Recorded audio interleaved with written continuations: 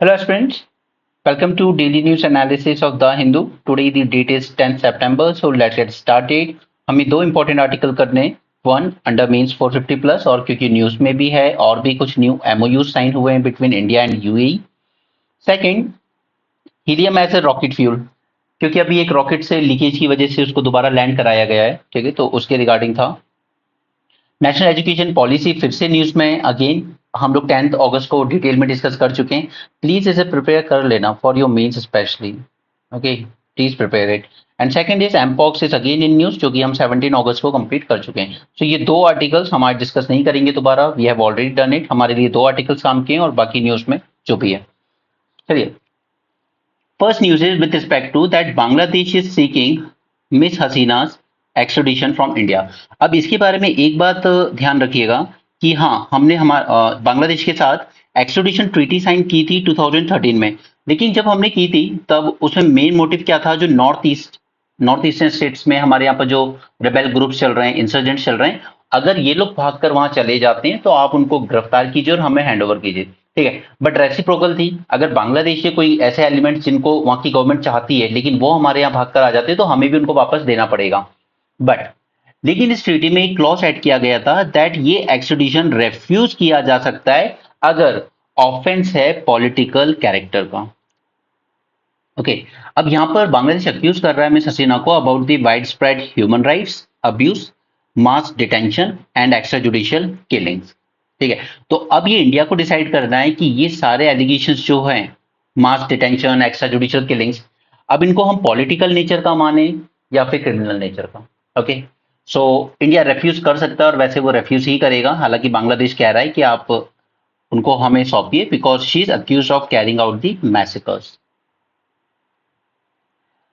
Group of ministers to decide on tax on health life cover soon. अब जब से opposition parties के पास अच्छी खासी सीटें आई है तब से वो लोग डिमांड कर रहे थे कि ये जो हेल्थ इंश्योरेंस वगैरह इन पे से आप 18% जीएसटी लगा रहे हैं, इसको हटाइए, ठीक है। Health is basic, right. तो यहाँ पर जीएसटी काउंसिल जो मिलेगा वो इन सब चीजों पर डिसाइड करेगा, बट इतनी माइन्यूट माइन्यूट चीजें हमें एग्जाम में नहीं पूछी जाएंगी, ठीक है। हेल्थ एंड इंश्योरेंस पे लगने वाला प्रीमियम, उस पर 18% टैक्स है, तो इसको हटाएंगे या नहीं। रैशनलाइज करने हैं जीएसटी के rate as well as slabs. अब जैसे एक मोटरसाइकिल, टू व्हीलर बेसिक चीज है हर इंसान की लाइफ में, ठीक है, लेकिन उसको फिर भी सबसे हाईएस्ट स्लैब में रखा हुआ है 28% वाले। तो ये कैसे जस्टिफाई करेंगे आप, ये तो जनता को लूटने वाली बात है। उसके बाद फिर इतने सारे मल्टीपल स्लैब्स बना रखे हैं हमने जीएसटी में, जबकि गोल क्या था कि हमें बनाना है वन नेशन वन मार्केट, लेकिन इतने सारे जो स्लैब्स हैं उस वजह से प्रॉब्लम हो रही है।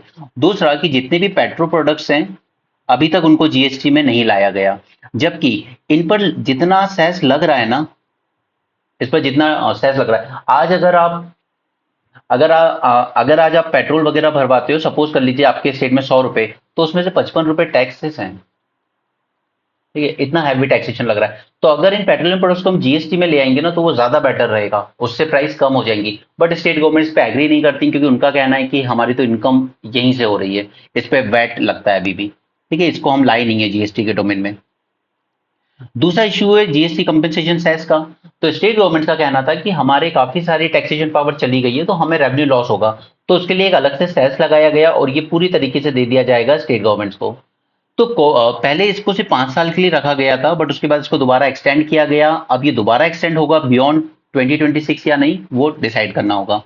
So GST compensation says levied on few select items including automobiles and demerit goods that was originally to be charged till only July 22, ठीक है, ताकि स्टेट रेवेन्यू का जो लॉस हुआ है स्टेट गवर्नमेंट्स को, वो फर्स्ट 5 years तक उनको कंपेंसेट किया जा सके। बट फिर स्टेट गवर्नमेंट का कहना था कि अभी भी हमारे लॉस की भरपाई नहीं हुई है, तो इसको एक्सटेंड कर दिया गया till March 26 to repay the special borrowing raised by compensate state. Covid के टाइम पर अगर आपने पढ़ा होगा कि उस टाइम इनको एक्स्ट्रा बोरोइंग करने के लिए सेंट्रल गवर्नमेंट ने परमिशन दी थी, ठीक है, तो वो रीपे करने के लिए इनको ये सेस दोबारा से लगाया गया, एक्सटेंड किया गया टिल 2026। उसके बियॉन्ड इसको एक्सटेंड किया जाएगा या नहीं वो अभी डिसाइड करना बाकी है, ठीक है। बाकी जो और माइन्यूट माइन्यूट चीजें हैं ये सब, ठीक है, taxes on cancer drug cut from 12 to 5%, ये अच्छा स्टेप था, बजट में किया था, हमने भी डिस्कस किया था, ठीक है। लेवी ऑन कार सीट, तो ये इतनी बकवास चीजें नहीं करनी, इतनी छोटी छोटी चीजें नहीं, वो काम भी नहीं आएंगी और याद भी नहीं रहेंगी। ठीक है, नेशनल एजुकेशन पॉलिसी को लेके तमिलनाडु सरकार के साथ तनातनी चल रही है, वो हम ऑलरेडी कर चुके हैं। आई होप अब तक आप लोग इस एजुकेशन पॉलिसी को तैयार कर चुके हैं अब तक। अच्छा, फिलहाल मैं आप लोगों से एक बार जानना चाहूंगा कमेंट सेक्शन में कि आप में से कितने जो इस न्यूज एनालिस्ट को डेली फॉलो कर रहे हो। आई मीन आप में से कितने जो रेगुलर फॉलो कर रहे हैं एंड अपने नोट्स भी बना रहे हैं इसके थ्रू। ठीक है, I just want you people in comment section two at least let me know कि आप में से कौन कौन सीरियसली इसको फॉलो कर रहा है रेगुलरली। चलिए आगे चलते हैं। टीबी के बारे में हम सारी बातें कर चुके हैं, राइट। हमने टीबी पे पूरा एक सेशन कर लिया था मेंस 450 प्लस का। ठीक है, 2-3 दिन पहले भी आया था, तब भी मैंने आपको कमेंट सेक्शन में लिंक पिन कर दिया था, राइट। इसके अलावा मल्टी ड्रग रेजिस्टेंट टीबी की भी हमने बात कर ली थी, और सब क्लिनिकल टीबी उसकी भी हमने बात कर ली थी, राइट। तो इसको हम ऑलरेडी बहुत ज्यादा कवर कर चुके हैं, इसको बार बार सेम चीजें नहीं करनी है हमें। यहाँ पे रेगुलेटरी रिफॉर्म को लेकर कुछ बातें हैं हेल्थ मिनिस्ट्री की, और ये पूरी तरीके से दिखाता है कैसे गवर्नमेंट बिल्कुल बिल्कुल अवेयर नहीं है कि पब्लिक को क्या प्रॉब्लम फेस हो रही है इन। अब इसमें ना 3 इश्यूज मेन है, ठीक है? और ये खुद पार्लियामेंट्री स्टैंडिंग कमेटी जो होती है हर मिनिस्ट्री की, हेल्थ एंड फैमिली वेलफेयर की, उसने रिपोर्ट में अपनी बताया था, और बताया था आज से कई साल पहले 2012 में। बट आज तक सेंट्रल गवर्नमेंट ने उसके लिए प्रॉपर कुछ करेक्ट करने की कोशिश नहीं की। इसने यहाँ पे कहा CDSCO, ठीक है, ये सेंट्रल रेगुलेटरी ऑर्गेनाइजेशन है, इस पे मैंने आपको शॉर्ट नोट दिया है अभी। ओके, यहाँ पे इसने 3 इश्यूज रेज किए थे। First is lack of recall guidelines. ठीक है, लैक ऑफ रिकॉल गाइडलाइंस ये जो है यहाँ पर इशू तो की गई बाद में आगे चल के, लेकिन इनको बाइंडिंग नहीं किया गया। यानी कि अगर किसी दवाई के बारे में ऐसा आता है कि ये खराब है, या ये उतनी इफेक्टिव नहीं है, या फिर इसमें मिलावट है, इसमें कुछ साइड इफेक्ट ज्यादा हो रहे हैं, तो ये प्रॉपर एक लैक ऑफ रिकॉल गाइडलाइंस नहीं इशू की है CDSCO ने। Second, the lack of storage, sorry, lack of standards for storage of drugs. अब दिल्ली में एक जगह पे रेट पड़ी थी जहां पे देखा गया कि ये जो ड्रग्स है, दवाइयां, इनको ठीक से स्टोर नहीं किया जा रहा। अब इंडिया है एक तरह की थोड़ी सी ह्यूमिड कंट्री, ठीक है, तो यहाँ पे बहुत जरूरी हो जाता है कि हम इनको कोल्ड टेम्परेचर में स्टोर करें, लेकिन इसके लिए भी कोई प्रॉपर स्टैंडर्ड सेट नहीं किए हैं CDSCO ने। Next is problem of confusing the brand drug name. अब यहाँ पे CDSCO ने क्या किया था कि आपकी जो इंडस्ट्री जो दवाई बना रही है, उसी को कह दिया था कि आप सेल्फ रेगुलेट कर लीजिए खुद को, ठीक है, मतलब आप खुद ही सेल्फ डिक्लेयर कर दीजिए कि आपने अपने ब्रांड का जो नाम रखा है वो किसी बड़े ब्रांड के नाम से ओवरलैप नहीं हो रहा है, ठीक है। मिलजुल के, मतलब जैसे होता है ना कई बार शक्ति एंड साक्षी, इस तरह से कुछ सेम, कुछ ब्रांड के नाम ऐसे रख दिए जाते हैं जो सेम साउंड करते हैं, ठीक है। तो यहाँ पे ये 3 इश्यूज थे इस रेगुलेशन को लेके, जिसपे CDSCO उतना ज्यादा सीरियस नहीं दिखा है पिछले 12 साल में। हमें यहाँ पर इन दोनों पे एक शॉर्ट नोट तैयार कर लेना चाहिए अपने प्रीलिम्स के लिए। ये सब मेरी प्रीलिम्स रिवीजन सीरीज का पार्ट है, जिसका कंटेंट अभी हम लोग तैयार कर रहे हैं, और 20 तारीख से स्टार्ट करेंगे इसको, ठीक है। तो वहां पे ये सारी चीजें मैं आपको कराऊंगा ही। Central drug standard control organisation national level की रेगुलेटरी बॉडी है, ठीक, जो मेडिकल डिवाइसेस और ड्रग्स दोनों को रेगुलेट करती है under drugs and cosmetic rules. अब ये ड्रग्स एंड कॉस्मेटिक एक्ट भी जो था 1948 का, ये मैंने आपके साथ प्रॉपर डिटेल में डिस्कस किया हुआ है, ठीक है। उसके 6-7 प्रोविजन मैंने आपको दिए थे कि इसको याद रखिएगा। किसके अंडर में काम करती है? Ministry of health and family welfare में, और इसका जो हेड होता है वो कहलाता है drugs controller general of India, ठीक है। इसका हेडक्वार्टर है दिल्ली में। इसकी रिस्पॉन्सिबिलिटीज क्या है वो देख लीजिए। फर्स्ट इज कि जो न्यू ड्रग्स आती हैं उनको अप्रूवल देना, इन ड्रग्स के लिए क्लिनिकल ट्रायल कंडक्ट करने की परमिशन देना, laying down the standard for drugs including there storage, control over the quality of imported drugs. This is important point, ये गलती कराएगा वहां, ठीक है, कि इंपोर्ट भी कर रहे हैं अगर हम, मैन्युफैक्चरिंग तो अपनी जगह है, बट अगर हम इंपोर्ट भी कर रहे हैं कोई दवा, तो उसके भी क्वालिटी को कंट्रोल करना इसी का काम है। Second is coordination of activities of state drug control organization, state level पर जो ऑर्गेनाइजेशन है उनको भी कंट्रोल करना। सो CDSCO along with state regulators, it is jointly responsible for grant of license of certain specialized categories of critical drugs such as blood, blood products, IV fluids, vaccines, सेरा, ठीक है। यहाँ पर दोनों लाइसेंस ग्रांट कर सकते हैं, CDSCO भी और स्टेट रेगुलेटर भी। DGCI की बात कर लेते हैं, तो he is the head of the department of CDSCO, and he is responsible for approval of license of specified categories of drugs such as blood, blood products, for fluid, vaccine, sera in India. And DGCI also set standards for manufacturing, sale, import and distribution of drugs in India. Okay, तो ये short notes अगर कभी prelims में आ जाते हैं उसके लिए। Okay, बाकी ये सब आर्टिकल काम के नहीं है, हम आगे चलते हैं। लुकिंग बियॉन्ड संस्कृत, अब ये आपके वैसे पढ़ना ठीक है बट यूपीएससी इसको नहीं पूछेगा आपसे, सो उसमें टाइम वेस्ट मत कीजिए। अगेन रोड सेफ्टी, अगर मुझे कभी इसको कराना होगा तो मैं आपको इसको सेपरेटली 450 प्लस में कराऊंगा, रोड सेफ्टी के नॉर्म्स। वैसे इस पे क्वेश्चन आए प्रॉपर मेंस में उसके चांसेस थोड़े कम है, ठीक है। प्रीलिम्स या मेंस दोनों के लिए उतना इंपॉर्टेंट नहीं है, बट अगर मुझे कभी कराना होगा, और सिर्फ रोड सेफ्टी तो नहीं बट ओवरऑल एक्सीडेंट्स पे हम लोग जरूर एक लेक्चर करेंगे, क्योंकि ट्रेन एक्सीडेंट्स भी बहुत ज्यादा हुए हैं अभी। ओके, अब ये जो आर्टिकल है, ये आपकी आंखें खोलने के लिए काफी है, ये बताने के लिए कि कैसे सरकार हर चीज को प्राइवेट करना चाहती है, स्पेशली नीति आयोग। ठीक, इरिस्पेक्टिव कि वो चीज किसान अफोर्ड कर पाएंगे या नहीं कर पाएंगे, आप हर चीज को प्राइवेट करने की कोशिश कर रहे हो, और जो प्राइवेट एजेंसी ऑलरेडी इस फील्ड में है वो बहुत हाई अमाउंट चार्ज करती है, 20,000 से 60,000 तक। ठीक है, और यहाँ पे आप कर क्या रहे हो, आप वेदर रिपोर्ट और इस तरह की सर्विसेज प्रोवाइड कर रहे हो फार्मर्स को। ठीक है, तो यहाँ पर एग्रो एमईटी ऑफिस ये बनाए गए थे, फिर इनको धीरे धीरे बंद कर दिया गया, क्योंकि नीति आयोग ये कह रहा था कि ये सब इसको या तो सर्विस का चार्ज लीजिए किसान से, ठीक है, पेड रखिए इसको, या फिर इसको प्राइवेटाइज कर लीजिए। अब अगर आप मेट्रोलॉजिकल सर्विसेज भी प्राइवेट कर दोगे किसान के लिए, तो फिर किसान के लिए बहुत मुश्किल हो जाएंगी चीजें। ठीक है, so this is wonderful article, इसको आपको देखना चाहिए। IMD is planning to revive district agro-meteorology units under ग्रामीण कृषि मौसम सेवा स्कीम। ठीक है, बंद कर दिया गया, अब इसको दोबारा से रिवाइव करने की बात की जा रही है। यहाँ पे IMD ने स्टैब्लिश किए थे around 199 DAMUs in 2018 in collaboration with Indian Council of Agriculture Research. Aim क्या था इसका, to use the weather data to prepare and disseminate sub district level agriculture advisories. अब देखिए सब डिस्ट्रिक्ट लेवल पे इसलिए जरूरी है क्योंकि हमारे यहाँ पर इस वक्त जो क्लाइमेट चेंज और मानसून में हमने कल भी देखा था, आर्कटिक में भी आइस कम ज्यादा होती है तो हमारे मानसून अनप्रेडिक्टेबल हो जाता है, राइट। और हमारे यहाँ पर एग्रो क्लाइमेटिक जोन दो हम लोग उसको डिवाइड करते हैं करीब 11 में, बट सच्चाई ये है कि इवन सब डिस्ट्रिक्ट लेवल पर भी वेदर अलग अलग होता है। जैसे इस वक्त नोएडा में बारिश हो रही है बट यहाँ करोल बाग साइड नहीं हो रही है, राइट। तो गोल यही था कि सब डिस्ट्रिक्ट लेवल पर हम लोग एग्रीकल्चर एडवाइस देंगे किसानों को, वेदर डेटा बनाकर उनका, ठीक है। तो अच्छा इनिशिएटिव था बट इसको शट डाउन कर दिया गया in March. So why these units are important, no see 80% farmers जो हमारे हैं वो क्या है, स्मॉल एंड मार्जिनल। हमारे इंडिया में मोस्टली रेनफेड एग्रीकल्चर होता है। Climate change related weather variability बढ़ती जा रही है, climate is changing, monsoon onset and withdrawal dates have change, we are extended dry spell and heavy wet spell. ठीक है, कई बार फसल ज्यादा बारिश होने से खराब हो जाती है, कई बार ड्राई स्पेल हो जाता है तो खराब हो जाती है। ना ये जो DAMUs बनाए गए थे ये लोकेट थे with in Krishi Vigyan Kendra. Scientist and researchers trained in meteorology agriculture were recruited as DAMU staff. अब यही हमें चाहिए कि हमारे जो साइंटिस्ट हैं, जो एग्रीकल्चरिस्ट हैं, जो रिसर्चर्स हैं, जो वेल ट्रेंड है, उन्हें ही हम रिक्रूट करें इस तरह की चीजों में, ताकि किसान एग्रीकल्चर को और ज्यादा साइंटिफिक बनाया जा सके, राइट। तो ये सही इनिशिएटिव था।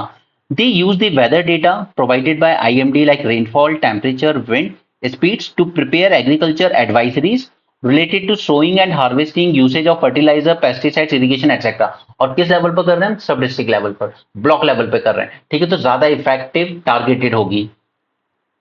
These advisories were sent to millions of farmers across the country free of cost in local languages twice a week। अब ये जो वर्ड है ना, इससे प्रॉब्लम हुई नीति आयोग को, free of cost in local language twice a week. ठीक है, तो आपको वेदर इंफॉर्मेशन आपके खुद के लोकल क्लाइमेट के हिसाब से दी जाने लगी एडवांस में। This served as an early warning for extreme events like droughts and heavy rainfall. Now, why they were shut down? First is Niti Aayog. It misrepresented the role of DAMUs and also sought privatization।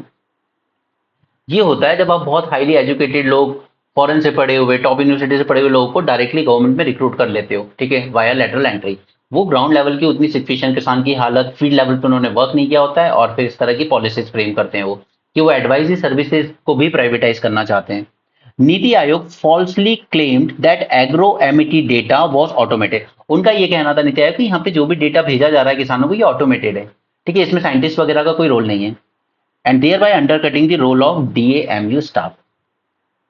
NITI Aayog also sort the monetization, ठीक है, ये free नहीं रखना है नीति आयोग के according, monetization of such services as oppose to the current scheme where agromet information was provided free of cost to all farmers. So GKMS scheme should have been strengthening to capture the needs of farmers across the country. हमें इसको strengthen करना था but हमने उसको shut down कर दिया. DAMUs had built climate resilience among the farming community. ठीक है, और अभी इस फील्ड में जो प्राइवेट प्लेयर्स है उनका क्या, हाँ कुछ हैंडफुल प्राइवेट प्लेयर्स यहाँ पर एक्टिव हैं जो वेदर एडवाइजरी देते हैं, but there are serious concerns of affordability for farmers. जैसे कुछ कंपनीज हैं वो भी चार्ज करती हैं 10,000 पर crop for an annual subscription to their advisories, ठीक है, और कुछ इतनी भी हाई चार्ज करती हैं around 60,000 to 80,000 for annual subscription, ठीक है. So their recommendation of fertilizer and pesticides could be biased towards the certain brand. अब हो सकता है कि ये लोग जब एडवाइजरी जारी कर रहे हो कह रहे हैं कि आप इस ब्रांड का फर्टिलाइजर यूज कीजिए या इस ब्रांड का पेस्टिसाइड यूज कीजिए, तो ये भी तो हो सकता है ना कि ये जो रेकमेंड कर रहे हैं वो उसमें कुछ बायसनेस हो उनका, ठीक है, उनका उस प्राइवेट कंपनी के साथ कुछ टाई अप हो. जैसे आज कुछ फर्जी इन्फ्लुएंसर्स रेकमेंड करते रहते हैं कि आप ये ऑयल यूज कर लीजिए, आप ये प्रोटीन ले लीजिए and all those things, right. So privatise अगर इसको करते हो तो इससे फार्मिंग को अल्टीमेटली लॉस ही होगा. ओके, सो ये आर्टिकल बहुत अच्छा लिखा है इन्होंने, ऋषिका पार्दिकर, ए फ्रीलांस एनवायरमेंट रिपोर्टर, ठीक है, काफी अच्छा आर्टिकल है, ठीक है. हर चीज प्राइवेटाइज करना सही नहीं है, ठीक है, स्पेशली ऐसी चीज है जिसमें ऑलरेडी इतना हाई सुसाइड रेट हो फार्मिंग में. ब्रिक्स समिट होगा रशिया में, ठीक है, तो वहां पे चाइनीज मिनिस्टर्स के साथ मीटिंग हो सकती है मिस्टर अजीत डोवाल की, बट जब होगी कुछ नया निकल के आएगा तब बात करेंगे उसकी, ठीक है, अभी नहीं. यहां पर हमने एक चीज देखी थी, theatrisation,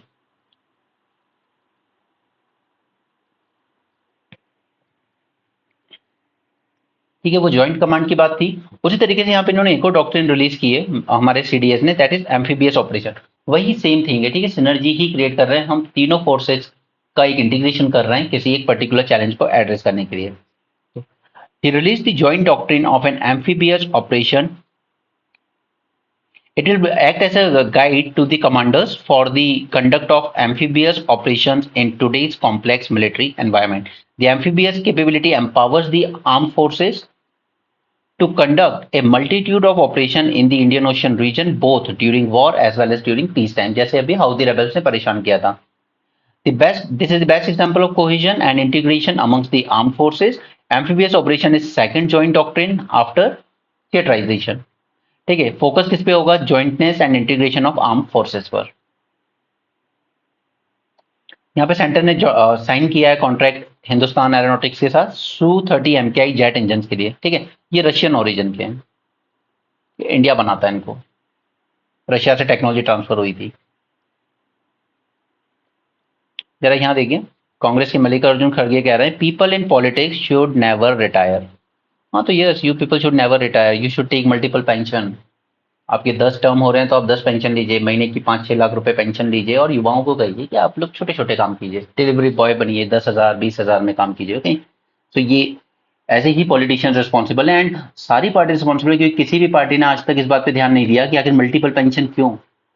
I don't know about all the countries, but शायद मेजोरिटी कंट्रीज में मल्टीपल पेंशन जैसी कोई चीज नहीं है कि जितनी बार आप इलेक्ट होके आओगे उतनी ही पेंशन लोगे.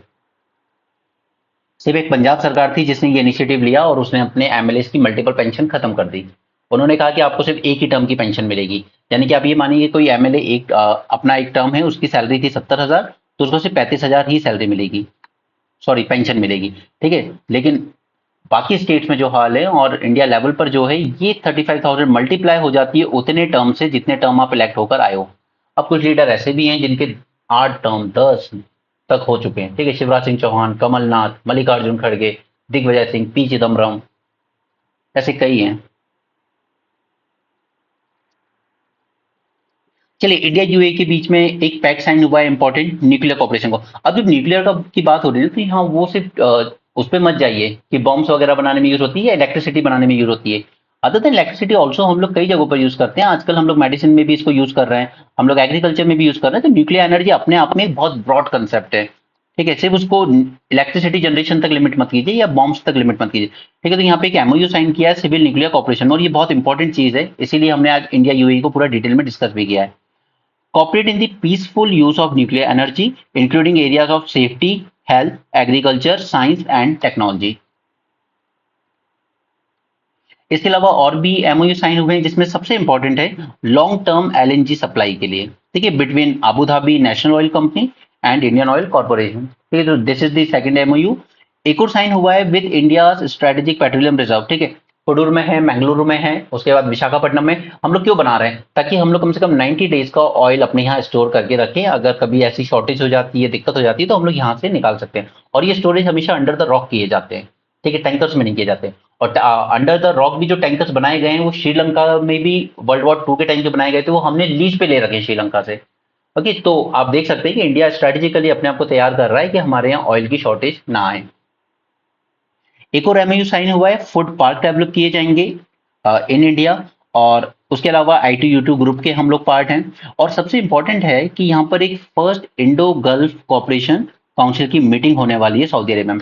ये इसलिए इंपॉर्टेंट है क्योंकि ये जो GCC है ना, ये हमेशा पाकिस्तान की बातों में आके कश्मीर के against, sorry, not not not not this GCC, it was OIC। ठीक है, उसमें ये सारे मेंबर्स हैं, सऊदी अरेबिया, यूएई वगैरह, लेकिन लोग पाकिस्तान की बातों में आके हमेशा कश्मीर मैटर पर इंडिया के अगेंस्ट एक रेजोल्यूशन पास कर देते थे। ठीक है, अभी ऑर्गेनाइजेशन ऑफ इस्लामिक कंट्रीज है, लेकिन इंडिया में तो पॉपुलेशन बहुत ज्यादा है ना मुस्लिम्स की। ठीक है, we are the third largest country with Muslim population, लेकिन उसके बाद भी हमें इसकी मेंबरशिप कभी नहीं मिली। ठीक है, तो यहाँ पे पहला इंडिया गल्फ कॉपरेशन काउंसिल भी होने जा रहा है, तो ये एक इंडिया के लिए एक अच्छी अचीवमेंट है। ITUT का पार्ट है, ये अभी मैं डिस्कस करूंगा। ठीक है, बाकी आपको अपने नोट्स में जो ऐड करना है, जो नोट्स मैंने आपको पुराने दे रखे हैं, उसमें आपको जो ऐड करना है वो करना है कि फूड पार्क में हम लोग कॉपरेशन कर रहे हैं, गुजरात में कर रहे हैं। ठीक है, हमने स्ट्रेटेजिक पेट्रोलियम रिजर्व के लिए भी एग्रीमेंट कर लिया है। दूसरा, हमने long term LNG supply, long term LNG में जब हम लोग एग्रीमेंट करते हैं ना, उसका फायदा ये होता है कि कल को अगर प्राइसेस बढ़ेंगे भी LNG के, तो हम उसको सफर नहीं करेंगे। हमने लॉन्ग टर्म कर लिया, 30 साल तक हम आपको इस प्राइस पर परचेज करेंगे और आपको देना पड़ेगी। हाँ, कभी कुछ ज्यादा हो जाता है कि प्राइस बहुत ज्यादा बढ़ जाते हैं, तो फिर वो लोग दोनों कंट्री म्यूचुअली डिसाइड कर सकती है कि हम रीनेगोशिएट कर लेते हैं प्राइस को। ठीक है, बट फिर भी ये लॉन्ग टर्म बेनिफिट रहता है। ठीक है, हमने ओमान के साथ भी किया हुआ है इस तरह का एग्रीमेंट, हमने कुवैत के साथ भी किया हुआ है। ओके, और ये न्यूक्लियर एनर्जी का, तो ये चारों पांचों पॉइंट आप वहां पे ऐड करेंगे। एमपॉक्स, ये मैं ऑलरेडी आपको 17 अगस्त को करा चुका हूं, आप वहां से उसको देख लेंगे दोबारा, अगर नोट्स नहीं बनाए तो बना लो, काम आएंगे तुम्हारे। ठीक है, चलिए इंडिया यूएई का रिलेशन को क्विकली प्रोसीड करते हैं इसमें, क्योंकि मैंने इसको ऑलरेडी मेंस 450 प्लस में आपके साथ एक वीडियो डिस्कशन किया था, FTA 2.0। ठीक है, उसमें मैंने इंडिया यूएई के जो लेटेस्ट डेवलपमेंट हुए थे उसको डिस्कस किया था। ठीक है, तो पहली बात तो आपको वो FTA 2.0 वाला वीडियो देखना है, मैं उसको पिन कर दूंगा।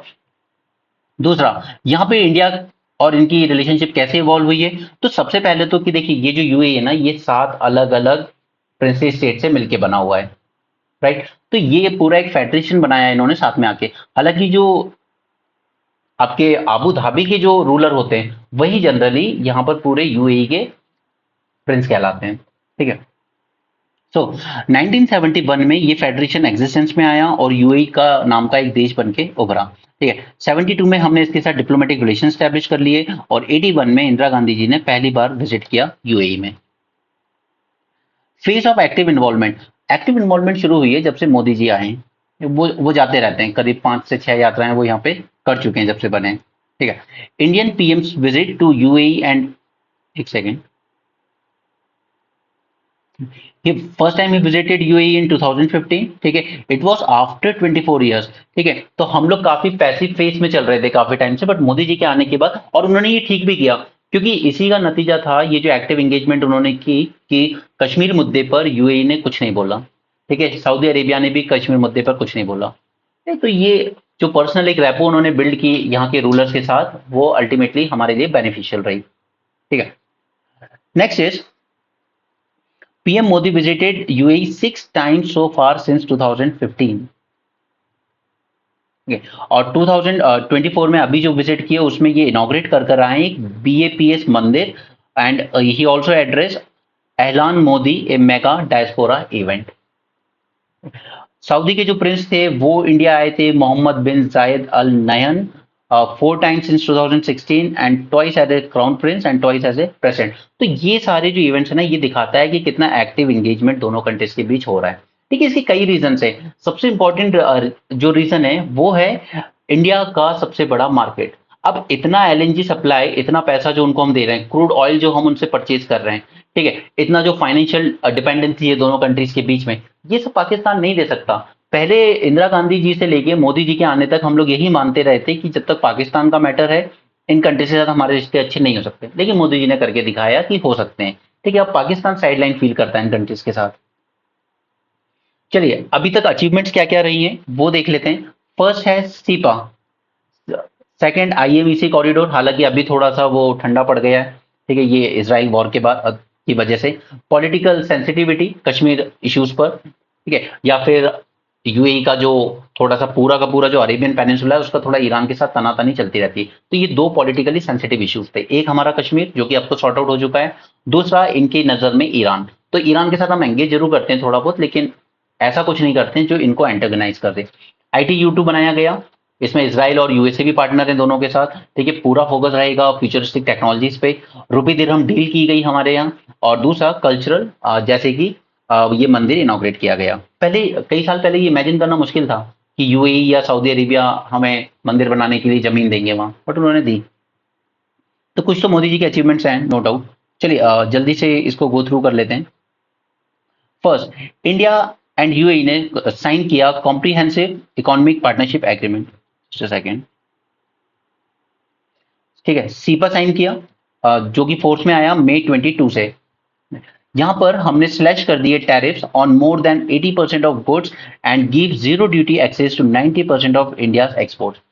यूएई में क्या है, उतना ज्यादा फूड नहीं होता। ठीक है, तो फूड के रिस्पेक्ट में वो इंडिया पर ही डिपेंड होता है, जैसे हम उन पर उनको उनके रिस्पेक्ट में ऑयल पर डिपेंड है। This led to increase in value of trade, non oil trade reach $50 billion, and the target of non-oil trade hitting $100 billion by 2030 seems possibility। Oil trade हटा दीजिए क्योंकि वो तो मजबूरी है हमारी, लेना ही हमें। लेकिन नॉन ऑयल ट्रेड में क्या एंगेजमेंट हो रही है वो बताता है कि आपकी रिलेशनशिप कैसी चल रही है। ठीक है, तो वहां पर नॉन ऑयल ट्रेड में भी काफी इंप्रूवमेंट देखने को मिला हमें। ऑलमोस्ट $50 बिलियन तक हम लोग अचीव कर चुके हैं बिटवीन 22-23, और $100 बिलियन का जो टारगेट है बाय 2030 वो भी अचीव हो जाएगा अगर इसी तरीके से चला तो। नेक्स्ट इज आईएमईसी कॉरिडोर बनाया हमने। अब मैंने मैप में आपको दिखाया था काफी सारे पोर्ट जो यूएई पे ही जाएगा, इसका पहला नोड वहीं पर आता है। ठीक है, मैंने यहाँ पे दोबारा वो नहीं लगाया हुआ है। सो ये क्रेडिबल ऑल्टरनेटिव बनाने के लिए किया गया था आईएमईसी कॉरिडोर। इंडिया में G20 समिट हुआ था तभी लॉन्च किया गया था। ठीक है, एक ऑल्टरनेटिव बनाने की कोशिश की जा रही है चाइना के बेल्ट एंड रोड इनिशिएटिव को। दूसरा ITU2 इनिशिएटिव, यहाँ भी हम लोग कोलैबोरेट कर रहे हैं along with Israel and United states. The grouping aims to deepen technological and private sector collaboration to tackle transnational challenges in areas such as water, energy, transportation। Water क्यों? क्योंकि इन countries में पीने के पानी ज्यादा महंगा है रादर देन पेट्रोल, तो उसके लिए जरूरी हो जाता है डिसैलिनाइजेशन प्लांट बनाना, जैसे जिसमें इसराइल को महारत हासिल है। ठीक है, तो ITU2 में यही होगा कि ये जो टेक्नोलॉजीज है इस तरह की, ये एक दूसरी कंट्री के साथ शेयर की जाएगी। सेम प्रॉब्लम हमारे यहाँ भी है, कावेरी को लेकर लड़ते रहते हैं तमिलनाडु कर्नाटका, जबकि दोनों डिसैलिनाइजेशन प्लांट्स लगा सकते हैं। रुपी दिरहम डील, तो हमारा आरबीआई और इनका central bank, they agree to establish a framework for enabling the use of their local currencies for cross border transaction. तो इससे हमारी जो रिलायंस है डॉलर पर वो कम होगी and it will promote internationalisation of rupee. Convergence of political sensitive issues, तो यहाँ पर एक तो कश्मीर इशू था। ठीक है, आर्टिकल 370 जब हमने हटाया तो कोई उनकी तरफ से कोई क्रिटिसिज्म नहीं हुआ, जो कि पाकिस्तान को उम्मीद थी कि वो क्रिटिसाइज करेंगे, बट उन्होंने नहीं किया। ठीक है, और ईरान को लेकर जब कोई बात आती है तो हम लोग भी उसमें उतना ज्यादा एंगेज नहीं करते ईरान के साथ, और कम से कम ऐसा कुछ नहीं करते हैं जो इन कंट्रीज को एंटेगोनाइज कर सके। ठीक है, क्योंकि इनकी ईरान से बनती नहीं है। रिलीजियस फ्रीडम की बात करें तो UAE under this new president थोड़ा सा लिबरल हुआ है। ठीक है, एक उसने लैंड दिया, ये इन्होंने पर्सनल लैंड अपना डोनेट किया था फॉर ए हिंदू मंदिर। सिग्निफिकेंस, अब सिग्निफिकेंस को अगर आप डिवाइड करें तो अलग अलग हैट में डिवाइड कर सकते हैं। जब स्ट्रैटेजिक की बात आएगी तो security, counter piracy and terrorism and energy security. ठीक है, जियोपॉलिटिकल इंटरनेशनल कॉपरेशन बढ़ाना है हमें, जैसे I2U2। ठीक है, चाइना को काउंटर करना है, जैसे IMEC as alternative to BRI, and coordination with regional groups like Gulf Cooperation Council. Geo economic, इसमें रेमिटेंसेस हमारे यहाँ काफी सारे आते हैं यूएई से। ट्रेड एंड इन्वेस्टमेंट, अभी हमने देखा नॉन ऑयल ट्रेड भी बढ़ के $50 बिलियन तक हो गया। And this UAE can act as a gateway to Africa, ये हमारे लिए एक इंपॉर्टेंट एस्पेक्ट है। कल्चरल, इंडियन डायस्पोरा काफी सारा है वहाँ। ठीक है, टेम्पल का एग्जाम्पल हमने देखा। और हमें यहाँ पे अपनी जो सॉफ्ट पावर है उसको इंक्रीज करने पे ज्यादा ध्यान देना है। ओके, क्योंकि अभी जो पूरा मिडिल ईस्ट रीजन है ये एक थिएटर बन चुका है वॉर का। इसराइल हमास वॉर चल रही है, कन्फ्लिक्ट चल रहा है, सीरिया, इराक, यमन एक्सेट्रा। तो यहाँ पर सिक्योरिटी इंप्लीकेशंस काफी ज्यादा है इसमें। उसके बाद इसका इम्पैक्ट हमें क्या देखने को मिला था अपने यहाँ पर, कि हमारे यहाँ भी ISIS ने काफी सारे रिक्रूट किए थे केरल से। ओके, तो ये रिलेशनशिप जरूरी है इंटरनल और एक्सटर्नल सिक्योरिटी दोनों को टैकल करने के लिए। पायरेसी एंड टेररिज्म, तो यहाँ पर हाउदी रेबल्स का हम लोग जानते हैं। ठीक है, पायरेसी वगैरह हुई थी, तो उसके लिए हम लोग काफी सारी ज्वाइंट एक्सरसाइज करते रहते हैं पायरेसी और जो टेररिस्ट एक्टिविटीज उनको रोकने के लिए। तो कुछ एग्जांपल्स याद रख लीजिए। डेजर्ट साइक्लोन मिलिट्री एक्सरसाइज है, जायद तलवार नेवल एक्सरसाइज है यूएई के साथ, and desert eagle air force exercise है। Okay, then India, UAE is one of India's key energy provider, that is sixth largest of crude oil to India। ठीक है, काफी होता है ये भी। And UAE is also first international partner to invest in India's strategic petroleum reserves program। क्योंकि UAE का कहना है कि देखिए हमारे यहाँ तो हम अगर आप लोग कहोगे कि आप लोग को यहाँ से पूरी ट्रांसपोर्टेशन कॉस्ट लेके जाना, फिर आपके यहाँ स्टोरेज नहीं है, तो हमारे यहाँ स्टोरेज काफी है। अगर आप ये चाहो तो आप हमें उसके लिए पे कर सकते हो और हम आपके लिए ऑयल यहीं पर एक्सक्लूसिवली स्टोर कर देंगे अपने रिजर्व्स में। ठीक है, यानी कि हम लोग अपने जो स्ट्रेटेजिक रिजर्व है पेट्रोलियम की, वो सिर्फ इंडिया की टेरिटरी नहीं, हम वहां भी कह सकते हैं। ठीक है, लाइक जैसे आप लोग जब कुछ परचेस करते हो तो आप पेमेंट कर देते हो और आप कहते हो ना कि ये चीज अभी आप अपने पास रखो मेरी, ठीक है, जब मुझे जरूरत पड़ेगी तब मैं आपसे ले लूंगा। बस वैसे ही यहाँ पर है। तो ये पहला इंटरनेशनल पार्टनर बना है जिसने हमें इस तरह की फैसिलिटी ऑफर की है। ठीक है, हमारे पास उतने रिजर्व नहीं है, कुछ जगहों पे हमने बना रखे हैं, फिर हमने श्रीलंका में लीज पे ले लिए। उसी तरीके से हम लोगों ने यहाँ पे यूएई को ये कह दिया है कि आपके पास तो स्टोरेज फैसिलिटी है, आप ये रिजर्व हमारे लिए रखिए। ठीक है, तो ये और भी कंट्रीज के साथ हम लोग कर सकते हैं। जियो political significance, first it support India's bid for its entry in UNSC। तो वो तो सभी कंट्रीज कहती हैं कि हाँ हम सपोर्ट करते हैं ओके, बट एक्चुअली ये है कि दिल से कोई सपोर्ट नहीं करता। ओके, उसके अलावा UNFCCC में जैसे दुबई में समिट हुआ था, international solar alliance, I2U2, IMEC, इन सब पे हम लोग इंटरनेशनल लेवल पर कोलैबोरेट कर रहे हैं। चाइना के का जो इन्फ्लुएंस है यहाँ पर उसको काउंटर करना जरूरी है, क्योंकि अभी मैंने आपको बताया था कि चाइना ने पीस ब्रोकर कर दिया था between Saudi Arabia and Iran. ठीक है, इन्होंने डिप्लोमेटिक रिलेशंस एस्टैब्लिश करा दिए थे दोबारा। और मैं आपको बार बार बोलता हूँ, चाइना अब सिर्फ मिलिट्री और इकोनॉमिकली नहीं but as a diplomatic power बनकर भी उभर रहा है। ओके, अब उसको काउंटर करने के लिए हम लोग सिर्फ अपनी सॉफ्ट पावर ही यूज कर सकते हैं, हार्ड पावर तो हमारे पास है नहीं। Better coordination with regional groupings who are antagonistic to India, no this is important. जैसे OIC है, ये बहुत इंडिया के अगेंस्ट ही बोलता है। गल्फ कॉपरेशन काउंसिल है, ये भी काफी इंडिया एंटी इंडिया बातें करता है। ठीक है, लेकिन इसको काउंटर करने के लिए हमारे पास क्या तरीका है? बॉयकॉट करना तरीका नहीं, इनके साथ एंगेज करना तरीका है। ठीक है, और वो चीज मोदी जी ने बहुत अच्छे से की है। जियो इकोनॉमिक में करीब 3.5 मिलियन इंडियन नेशनल्स रहते हैं यहाँ। It is one of the top source of remittance inflow in India. ठीक है, स्पेशली इन केरल। जब फ्लड भी आए थे ना, तब यूएई ने बहुत डोनेशन दिया था केरल में फ्लड्स के टाइम। तो फिर इंडियन होम मिनिस्ट्री ने कहा कि रुकिए, जरा देखना पड़ेगा कि ये फंड किस लिए आ रहे हैं और कहां से आ रहे हैं, कहीं ये कोई टेररिस्ट रिक्रूटमेंट के लिए तो नहीं आ रहे हैं। Trade and investment, UAE is India's third largest trading partner with trade volume close to $60 billion। Cepa agreement ने गोल रखा है अपने सामने कि ये जो नॉन ऑयल ट्रेड है इसको $100 बिलियन तक हम लोग ले जाएंगे बाय 2030। इसके अलावा UAE इन्वेस्ट भी करता है इंडिया में। आपको मैंने बताया था जब जम्मू एंड कश्मीर आर्टिकल 370 के 5 साल हुए, जब मैंने आपको वो टॉपिक कराया था, उसमें मैंने आपको बताया था ना कि UAE ने ही इन्वेस्ट किया है इस वक्त जम्मू रीजन में। अराउंड $11 बिलियन इसने इन्वेस्ट किए हुए हैं। UAE is the 9th biggest investor in India. और इंडियन कंपनीज जो है उन्होंने भी काफी सारे joint venture and special economic zone में मैन्युफैक्चरिंग यूनिट सेटअप किए। Gateway to Africa. This is important because UAE has an easy access to African market and its various trade partners such as Gulf Cooperation Council या फिर Greater Arab Trade trade free trade area. ठीक है, तो India इस पूरी supply chain में integrate हो सकता है, specially in handloom sector, handicraft, textile and farm, क्योंकि सस्ते कपड़े बनाना इंडिया की स्ट्रेंथ है। ठीक है, और अफ्रीका में शायद उसकी जरूरत भी है।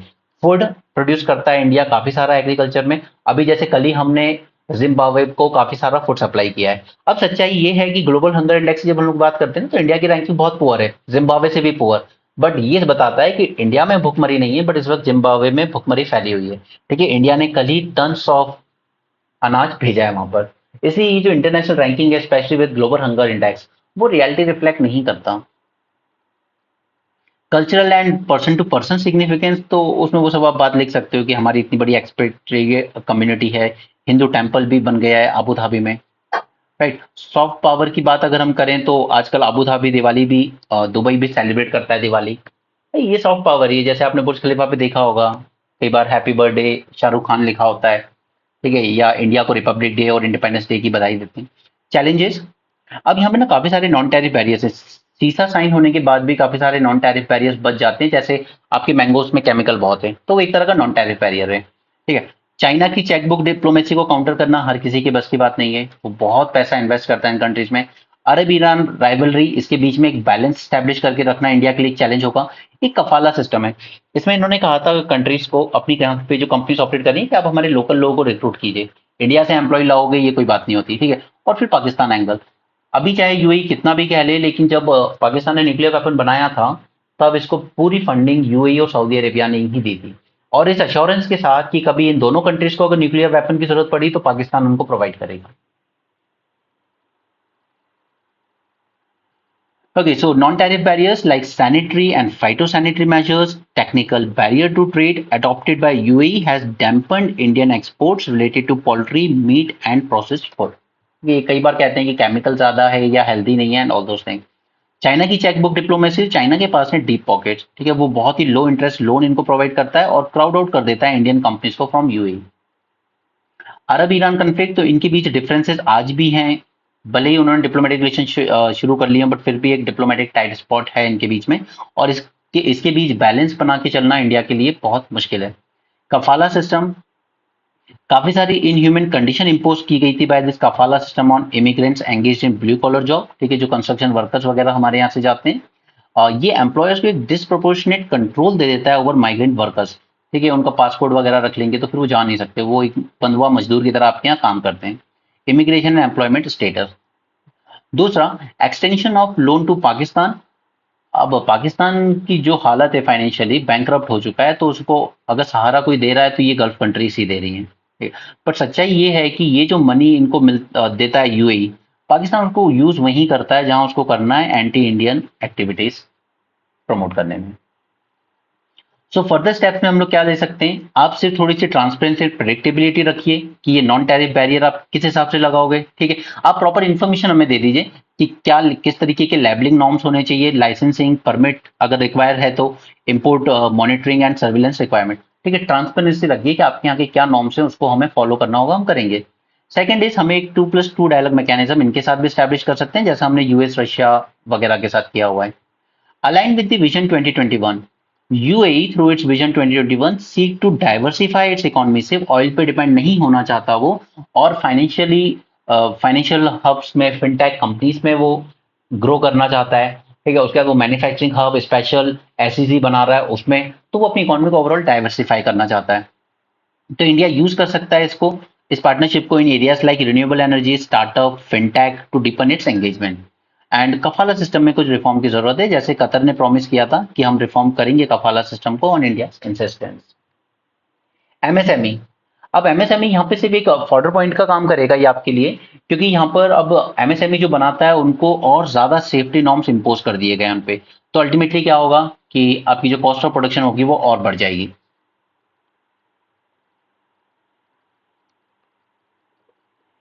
MSME could be in a fresh shock in the form of cost increase and supply disruption, क्योंकि एक न्यू स्टिफ सेफ्टी नॉर्म्स लाए जा रहे हैं इन मशीन्स के लिए, prescribe by the government for most machinery and electrical equipments such as pumps, जो agriculture में यूज होते हैं पानी निकालने के लिए, क्रेन्स एंड कंप्रेसर्स।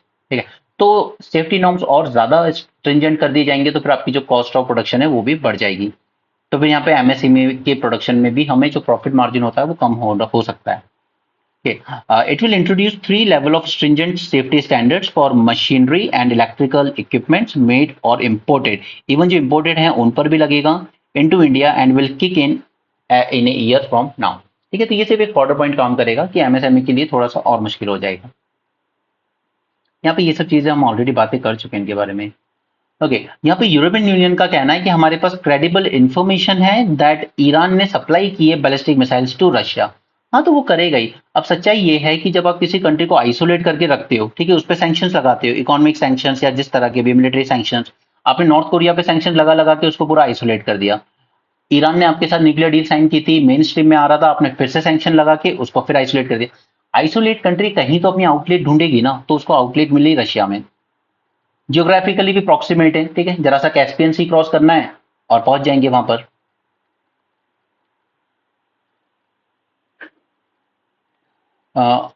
ओके, सो इससे पहले भी ईरान की तरफ से एक रिपोर्ट आई थी कि ईरान ने ड्रोन सप्लाई किए रशिया को। हाँ, किए थे बिल्कुल। और यहाँ पर इनका कहना है कि इसने बैलिस्टिक मिसाइल भी सप्लाई किए। हालांकि ईरान ने डिनाई किया, लेकिन रशिया ने तब तक डिनाई भी नहीं किया है। तो हो सकता है कि इनकी इंटेलिजेंस क्रेडिबल हो।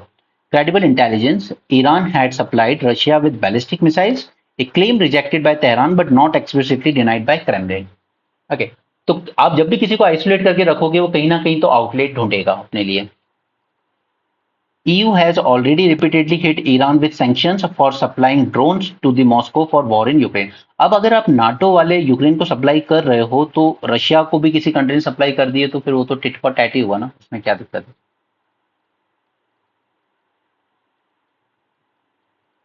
हाँ, ये काम का आर्टिकल था, why do rockets require helium. ये उतना ज्यादा काम का नहीं है आपका। ओके, इसको देख लेते हैं।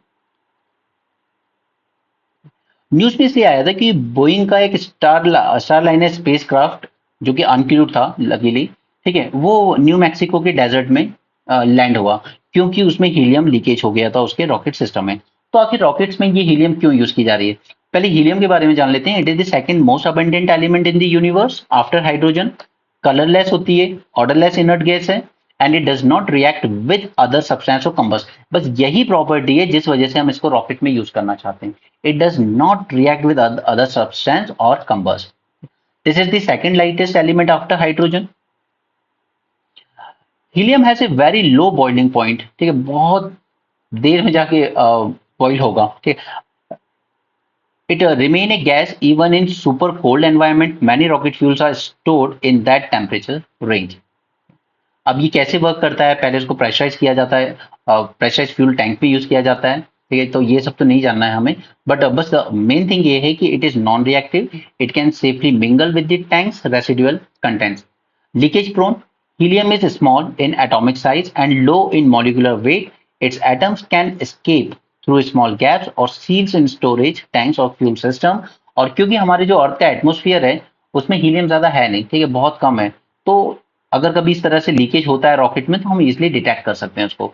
और इसके अलावा ऑल्टरनेटिव क्या है? तो argon and nitrogen which are also inert gas, they are sometime more cheaper than helium.